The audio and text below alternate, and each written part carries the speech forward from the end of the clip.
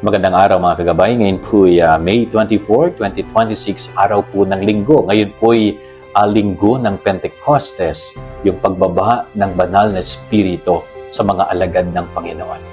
Tandaan po natin na ang Espiritu Santo ay isa sa tatlong persona.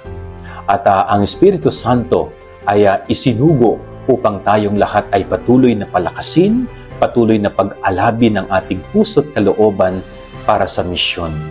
No? Kanya nga isinugo ang Espiritu Santo sa mga alagad ng Panginoon sapagkat ayaw ni Jesus na mapanghinaan sila ng kalooban. Ayaw ng ating Panginoon na pangunahan sila ng takot sa kanilang misyon.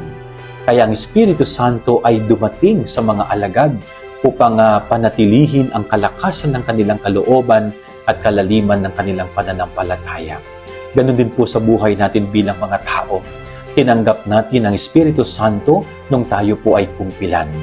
Tanda ng pagpapasigla ng ating pananampalataya. Tanda ng pagpapasigla ng ating pagsunod sa kalooban ng Diyos.